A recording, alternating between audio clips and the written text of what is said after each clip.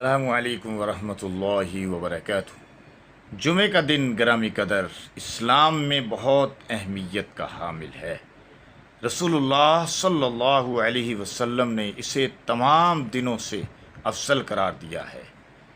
اللہ پاک جل وعلا نے اس دن کو اتنا بابرکت بنایا ہے کہ اس کے فضائل خود اللہ نے قرآن میں بیان کیے ہیں۔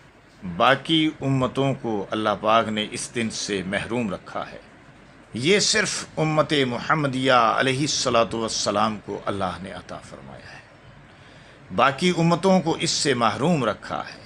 یہ صرف امت محمدیہ علیہ الصلاۃ والسلام کو اللہ نے دن عطا فرمایا ہے۔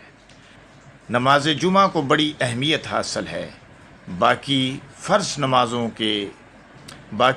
نمازوں کے مقابلے میں اس کا بہت زیادہ اجر اور ثواب ہے۔